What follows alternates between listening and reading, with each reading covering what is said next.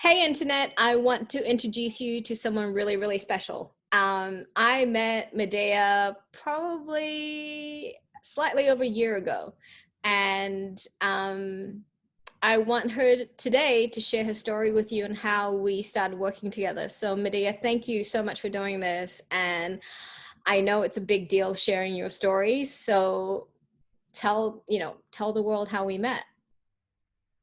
We have a mutual friend Hmm. that I kept in touch with after he moved from California to another state. And he was aware of my health and how badly I suffered on a daily basis for many years.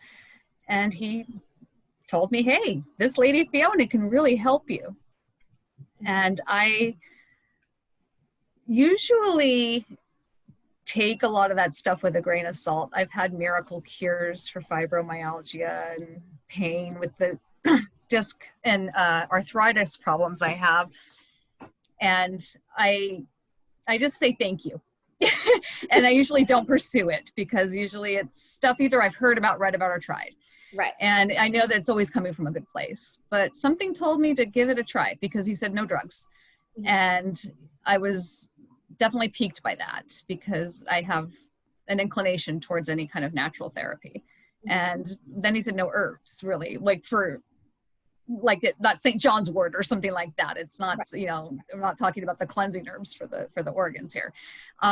He's told me that if I would be interested in doing a study with you, which also at the time I didn't have to pay for it. And that was an incentive because I had actually lost a lot of money trying to find different remedies. And so that was the reason why I was open to it. I said, well, it can't hurt me. Mm-hmm. Right. And that was Well, it.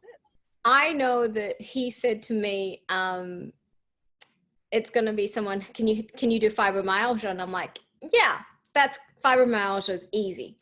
And then we started talking and I'm like, oh, this is way more than fibromyalgia. And, which was probably, it was a huge challenge for me. And I mean, I'm sitting here and I see you on screen and I'm so happy and I'm so excited. And I went into it and I remember saying to you, I don't know where this is going to go. I don't know if it's going to happen. But here we are talking about it. So, And I think realizing how sick I was actually didn't happen until we met. mhm, I mean, I understood my symptoms, but you get to the point with fibromyalgia that everything is fibromyalgia. mhm, The disruption we had with my gut was blamed on fibromyalgia before it was diagnosed eventually as SIBO. And I suffered with the methadone addiction that I was unaware that I had because the dose was so low. So it never entered our mind that I had a habituation to it. mhm. And understanding how many of those horrible symptoms I had were also because of the things I was taking to try and control the symptoms for the fibromyalgia and arthritis and whatnot. And it's like you're chasing your tail. And I had no idea that that was actually making things much, much, much worse. Right. So And I having you think, there to back up those feelings I had, like my lymph nodes feel clogged and yucky and perimenopause starting and all the different things. I mean, you helped me put it in order. And that was nice because my primary care physician is sweet. She doesn't think about that kind of stuff. Mhm. Well, I think I was like fibromyalgia I can do, perimenopause I can do, methadone. Oh, okay. And not just methadone. I mean, I've done the kind of addiction work before, but you were so sensitive. Oh, and that's the funny part is that the dosage being so small, it baffled people. They took me to a specific pain management clinic to deal with people who dealt with junkies. And they're like, you don't have the mental addiction either. So that's why I missed a lot of the cues. I think that would be for other people who might have a predisposition towards that. And my sensitivity that I started having withdrawals at such a small, tiny amount. Right. And, we had to, when we first started tapering you off, we had to do it so slowly because, and even the speed that I'm used to doing it was, I couldn't because, Violence. right, you would just be like, I can't do this.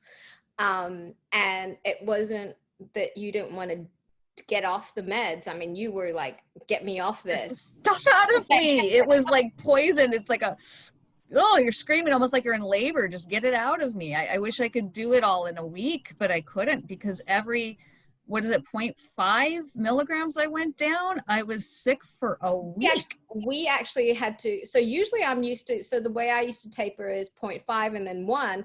We couldn't even do that with you. We had to do 0.1. I remember it. 0.1 with you. And I was like, oh my God, we're never getting this. I mean, we had a deadline because they were talking about not giving you methadone after a certain time. Right. And I would look at the calendar and I'll go, oh, we're not going to make it. But we ended up doing it in less than half the time that the doctor would have allowed it. Right. She had offered no support, by the way. There was no discussion about how to handle my body outside of just taking Zofran for nausea and vomiting and making sure I was hydrated. There was no, like, how could we help you? We'll give you some Clonidine. That would help too. But then you're addicted to the Clonidine. Right. And so it turned out, it was such a crazy journey, because I was like, this is really, we're not going to make it. And then as we ramped up the taper, I was like, oh my God, we're going to do it. We're actually going to do it faster than anybody else. And I think for me, it wasn't just getting you off the methadone. It was the fact that we get you off methadone and you're not going to be in pain. Right. Because there was no point. That was the scariest part, because it was a gamble. Methadone, we started that because my doctor offered me something that would be cheap if I lost my insurance. I mean, there was the fear of everybody losing their insurance, and that I knew it had an addiction quality, but the way she rebranded it to me, it made it sound like it'd be safe on this really low dose. And I mean, it's just nuts that I was even convinced to go on it to begin with. And right. I wish I'd listened to my initial gut to say no. You also come from a nursing background. So right. That's, that just tells me that it's not the education or anything. It was just that you were in that much pain and you just needed relief. My leg was the specific pain at that point. It was my left leg was having, neuropathy, numbness, burning, and it was so bad. I would just want to scream and nothing could touch it. And that was why. And it's so horrible that little bit, well, not little bit, that pain, made me into a junkie basically. Mm-hmm. And I think for me, I was like, I kept saying to you, I'm like, okay, when your systems repair, we're going to get you off the methadone and the pain shouldn't come back. And I'm like, intellectually, the pain shouldn't come back because we're repairing all your systems one at a time. And when the systems are repaired, the pain's going to be fine. And you were right. And there was moments where I didn't believe me. But I wanted to believe you. I had trust and faith in you. It's just, I think you get into this mode with chronic pain people that you tend to think that, yeah, it might work for everybody else, but I'm different. I'm more screwed up, man, or something, because the way maybe the other doctors might treat you, like your primary, like you're usually fibro patients in general are very confusing and hard to deal with. And yeah, so I wanted to believe you. And so I had faith because everything you had said to me was already proving to be true. Mm-hmm. I mean, we noticed results in the first week mm-hmm. that I went on patches. I mean, the first week. So I guess, we haven't talked about this. What did I do to you? So we had a really good discussion on my history. You looked at my labs, my blood work to see how malnourished I apparently was. And I had just stopped taking a medication. I don't know what the word would be, treatment for the SIBO. I was having extreme constipation for years and years and years. Bloating, kind of irritable bowel type symptoms. My doctor said, that's part of fibromyalgia. And you're probably a little constipated from the methadone. So I was on stool softeners and laxatives, everything for years that never really worked. And I suffered from impacted bowels, I mean, probably almost daily. And eventually I started losing a lot of weight. And at first I thought, it's just because I didn't have a lot of sweets. You know, I was cutting out sweets. Then I realized that maybe that lack of interest in food was part of it, you know? And then I started vomiting when I was going through withdrawals, and the vomit was just not regular vomit. It looked like foam. It was like a frothy and just gross. And there was just something wrong. And my spleen was like swollen, like a bowling ball. And I was trying to address that with my doctors. They didn't seem that concerned about it. And finally, I think I complained enough. They sent me to a specialist, and she said, oh, they had thought gastroparesis is what they thought. And she goes, there's a little of that, but really what's going on is you have small intestinal bacterial overgrowth. You've had this for quite a while. It's pretty advanced. And she said, if I had waited any longer, this peristalsis had pretty much froze and my sphincter could have backed up on me, which is pretty disgusting. And I'm glad I saw her. Her only treatment was to take what they call a kit, which is usually used to prep people for colonoscopies. So it basically cleans you out. And so I did that. And then she said, continue to take your laxatives. I asked her, should I try probiotics? What should I do to rebuild my gut? She said, there's no evidence that probiotics do anything. You don't need to do that. You don't need to worry. Just resume life and get off those meds. Right. And that was, like, there was not a lot of interest or care because she's a specialist. You're in and out. And that was that. And so when I first saw you, you were able to see that my gut was in a lot of discomfort, and you addressed the bacterial stuff with your candida patches. And you also put me on your licorice powder. Right. Oh my God. Isn't that stuff magic? I love that stuff. Oh my gosh. It's like emerald gold to me. I still try to explain. I have to send some to a friend soon so she understands what I'm saying, because they tend to think that I am licorice tea is the same thing. No, it's not the same thing as licorice tea, which is great, but it's not the same thing at all. Right. And that stuff saved my stomach, has healed my stomach from the first drink to today, where I still use it. And there's just a lot of damage I know I have to repair, but that stuff knocks the heartburn that I was starting to get right down. It doesn't yet completely make it go away because, again, my stomach is extremely scarred, I'm assuming. And after, so the protocol for the digestive was to do that and introduce some more probiotics into my diet from pickled sources, which we've did. And eventually, I think it was after the first month, we did collagen powder addition. Right. And that's something I'm doing still today. So it's, I mean, we stuck patches on you, we lasered you, and then I gave you. Oh yeah, I was gonna just go back. So like that was the stomach, the digestive part, right. And so that's how you addressed that. And we did laser therapy, then moving into the organs on my spleen and on my liver, and you put patches there because the swelling, I mean, it was obvious and palpable. And what was that then? You gave the laser therapy, of course, on my leg, lower back, and shoulders, different hot spots, I guess, for the fibro trigger points is where we focus mostly on those. Yeah, and then we had patches on all of those places. I know, we patched everything. I think we've patched. Oh, my chest. I mean, Oh yeah, the meloxicam. You were on the meloxicam. Yeah. So suffering from the chest spasm, which are related to the fibromyalgia, it's the inflammation of the tissue in between the ribs and underneath the sternum, and sometimes the surrounding breast tissue. And again, patches for that, laser therapy for that.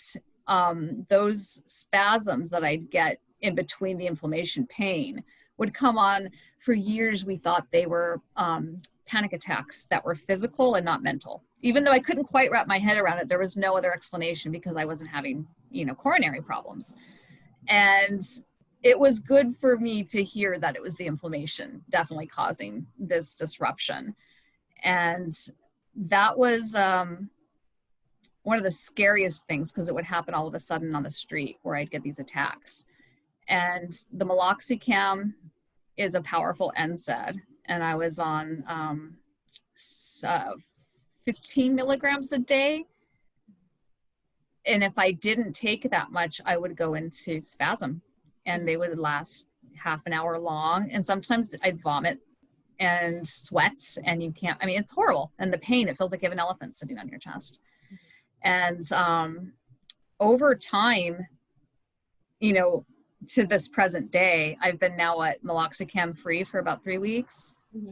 And at first, you know, I still felt, I say, instead of an elephant on my chest, maybe it feels like a kitten's on my chest. Right. You know, it's like the amount of pain or the intensity of it goes smaller and smaller and smaller. Eventually it felt like little, you know, round balls were there instead, you know, or something, you know, smaller and smaller. And now I barely have any of that pre-cramping pain, but still, you know, a little bit of sore in between the muscles at touch and everything. So I know that it's evening out. Well, so I guess, you know, some spoiler alert, how do you feel about your fibro right now? So I would say that as far as it crippling my life to the point where I can't think or write, like I'm having better executive functioning, the pain, the overall fibromyalgia pain being from probably like a 10, I would say now maybe on a bad day where I had a little tiny flare up, I put it at a 3. Mm-hmm. You know what I mean? 2 or 3, like, and that's the worst that it's been. And I'm comparing it to how I remember the worst days feeling. So that's good. And it made such a, it just feels good to think again, to be able to organize my thoughts again, to be able to remember things again. So there's that side of it. Just the sense of well-being is there again, which I've not felt. And basically I'm looking not at fibromyalgia anymore as a one thing. It was a bunch of interdependent parts of my body that were sick all at the same time, and that kind of created this ugly mess. But targeting each thing respectively as its own system, instead of just saying one pain, you know, thing for your body doesn't work that way. You had to heal everything, and it's happening. I mean, I would say 100% from when we met for sure, but I also know, as you said, it's going to even get better. Right. And, you know, so, I remember the conversation we had where I said to you, I was like, well, what are you going to do now with your life? And you were like, you looked at me and you're like, what? Yeah, I gave up on life. I mean, that's, I think the scariest thing is remembering that I had a life before this, and that way I could still have one. Mm-hmm. You know, I'm being careful. I still have a lot of work to do with rebuilding strength and stamina. And I still have to be careful when I do yoga, because I have injured myself and was flat on my butt for a couple of weeks. And so that kind of stuff still happens. Like, there's still that sensitivity. I'm still delicate. But as far as sitting here and just like crying all the time, I can actually go out and make plans and be reliable. Right. And that's, I get to go grocery shopping now with my partner, and instead of being too sick to go. Right. And so I decided that I was going to start singing again. You know, I wanted to do something that was going to make me feel good. And so I picked up, you know, I'm doing some great stuff online. So, you know, that's wonderful to be able to go back to something that gave me so much pleasure. Not really ready to go back to like work, you know, I'm not that much better, because I also tend to want to save the world when I feel better. But I'm focusing, and you've taught me a lot of this on how really to protect and take care of myself. And on another note, your encouragement to go into therapy again, that was good. Because no, it helped, because it was the emotional trauma. And I think you hitting it and acknowledging that trauma is often the root to so much illness, and that my emotions are going to have to go somewhere. And I'm back with my therapist, and we have been all year, and that's like the best choice I've ever made. So I owe that to you as well. Oh, I'm glad. Well, you know, I think when we went into lockdown, there was a part of me that was like, oh my God, I hope she's going to be okay. Even though, me too. I think when we went into lockdown, I was like, okay, we're going to be fine. We're going to be fine.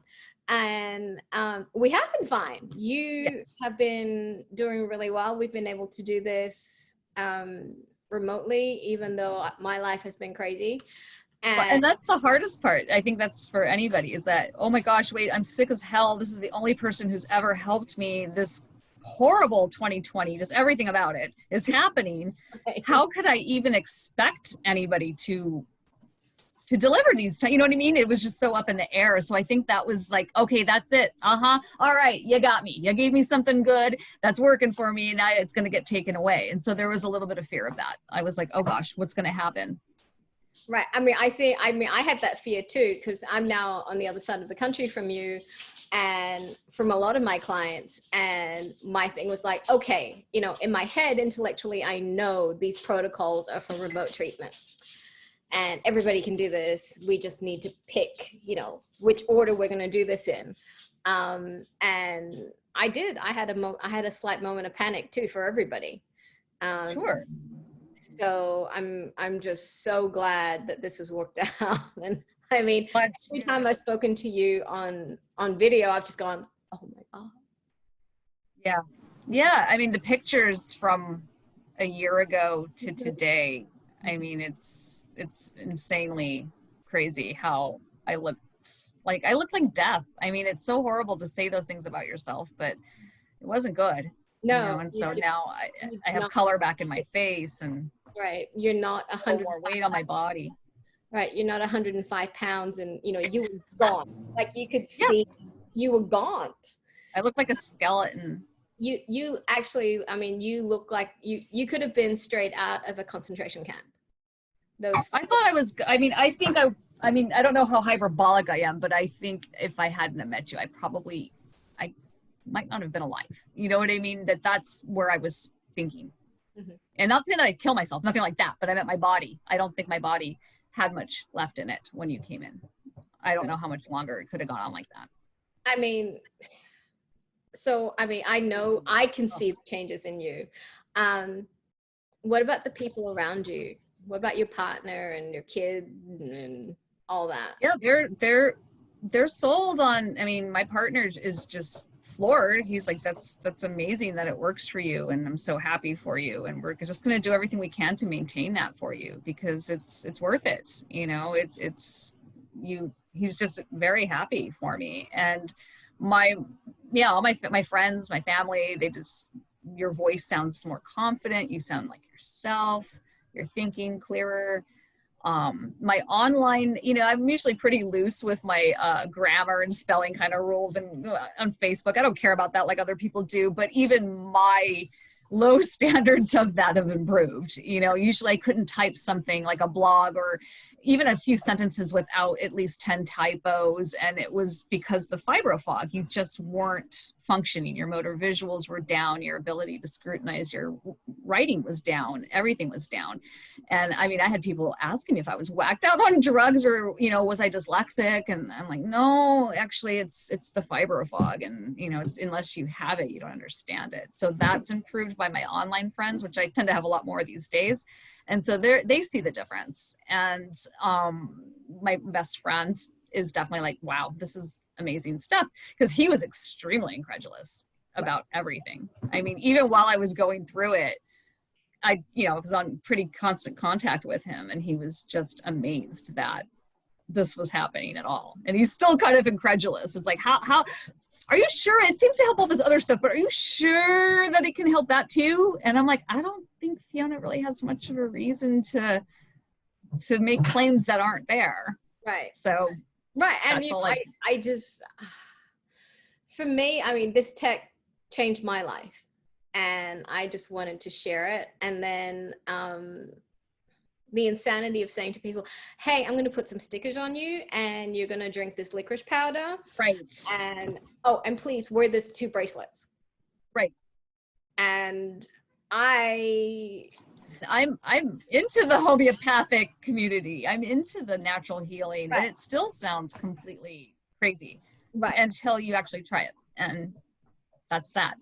And I hope that some of my more, friends that tend to be more dubious about that stuff would listen to me, because they know my character, that I would never ask another person to spend so much as $1 on something that I haven't vetted myself and had a good experience with. And that's just how I feel. Because we've all, as people, like I said, sick people, were preyed upon. Right. I mean, you know, I've been, actually just last week, I got kicked out of a menopause group. I just got kicked out of a menopause group because I said, hey, look, I've developed this bracelet. Oh, and they thought you were trying to. Yeah. And they were like, oh, you're just trying to sell stuff. And I'm like, okay, I can see both sides of this. But really, it's funny. I was in a menopause group when I first started working with you, and I wanted to tell them about it, but I felt that I would get that same treatment. And then when I stopped having peri symptoms, I left the groups. I just said, I don't need them anymore. So horrible. So, I mean, you know, because this month has been World Menopause Month. So I've been doing those videos on Instagram, and I got kicked out because of those videos. And I'm talking about what I do. And they're like, oh, you're just trying to sell stuff. And I'm like, yeah, I can see where this is. And, you know, so I wanted to do this with you, not because I want to sell stuff. Well, I suppose I do, because I know it works. And I just, you know, it sucks being sick. It does. And I think ultimately what people are tired of is being preyed upon by how many crazy pretend doctors that are out there selling you, you know, snake oil, and you want to believe it because we don't want, that's proof we don't want to be on Lyrica. We don't want to be on pain medication if we don't have to. There has to be another way that we don't sit there and destroy our body with side effects in order to feel just a little bit of relief from something else. Right. And it's horrible. I know. And so, I mean, for me, I'm just thrilled that I took on this project, and I wish you could get grants to study it, quite honestly. I'm like surprised this isn't, seriously, like, why have I not heard about this before? And I hope that whatever I can say can help propel you, you know, into more notoriety for it. And it's not so much that, oh, I want to make her a millionaire, but I want people to have relief, because these drugs, like a lot of the drugs, are just so dangerous, you know, and I worry about people being sick forever, you know, taking medications that they won't need if they have another option. Right. And, you know, for me, I got scared that I was taking medications for the side effects of other medication. You are. Right. And so, but, you know, and then I was saying to people, I was like, oh yeah, I started wearing stickers, and then I wore a bracelet, and, you know, behind me, here's my herb library. You know, I drink some potions. And I'm on licorice powder once a month. And it sounds insane, but I think all of this, the principle is that the body can heal itself, and it's amazing, and it's smarter than all of us put together. You just need the right stimulus. I mean, as far as I'm concerned, that's exactly how we did it. And honestly, I have to say that when I first met you, I remember calling Khalif and going, I don't think this is going to work. Not in the time frame that we had allocated to it. Right. And that was daunting, I'm sure. I mean, it's nice being the blue ribbon patient for a minute. You know, you're so abnormal that, no, I'm kidding, but it is. I mean, I know it was a challenge for you, but I think it also, that challenge might have been good for you because you could see the extent of what you can do. I mean, the extent of what I have to say, my protocols became so much more efficient, like way more efficient than I even thought I could make them. Just because you had so much stuff going on. And then it was about just keeping in my head the principles that I went into it with, which was, I just need to repair the big systems. The body's going to take care of itself. I just like stay focused and don't get distracted by, you know, all the other stuff. Just stay focused on repairing the systems. And it worked. Yeah. It's about being patient, you know, and letting things, I think that it didn't take years, it took years to get that sick. You know, it started one way and it just got worse over years. And that means there has to be so much underlying damage that modern Western medicine just doesn't really recognize that stuff. They didn't care that my liver and spleen was swollen and painful. Right. To me, that's something a doctor should care about. Right. And, you know, I mean, my concern was because I was told I had 6 months to get you off methadone. And I was like, I don't think we can do it, but we did. We actually did it in like 4 months. I can't even remember now. Isn't that horrible? I have the charting, you know, and that was the fun part about having been a nurse. I think I might have overcharted sometimes for you, but it was good to keep a constant, you know, record of just everything improving and the ups and down days. And that was, I think I did a pretty good job at recording that stuff. Right. And I mean, it was insanity. And I'm just so glad that everything worked better than planned.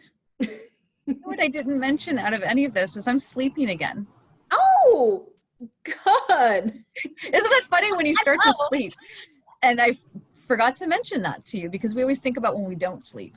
Right. You know, not that when we are. So I actually haven't had a night of restless insomnia, oh gosh, since I think it started getting better in, I want to say April, a little before. I just don't want to overstate it, but I would say at least by April, my insomnia is just not there. I'm getting a full night's sleep now, and I wake up. I'm so excited. I mean, we've had a couple of sessions in person where you just could barely get to the door because you hadn't slept, and we had you on the couch, and I was just like, just roll over a little bit. Yeah, I mean, fibromyalgia, insomnia is a special kind of animal. It doesn't respond to normal sleep aids that anybody else might reach for. And I think that was one of the last, you know, we were treating it from the first day because I was like, I just need you to get some sleep, and that was so difficult. But like I said, we just needed to get the systems to repair, and for you, it was one of the last things to repair. And oh my God, I'm so glad. I totally forgot to mention that I'm sleeping. Isn't that funny? But yeah, I mean, it's nice.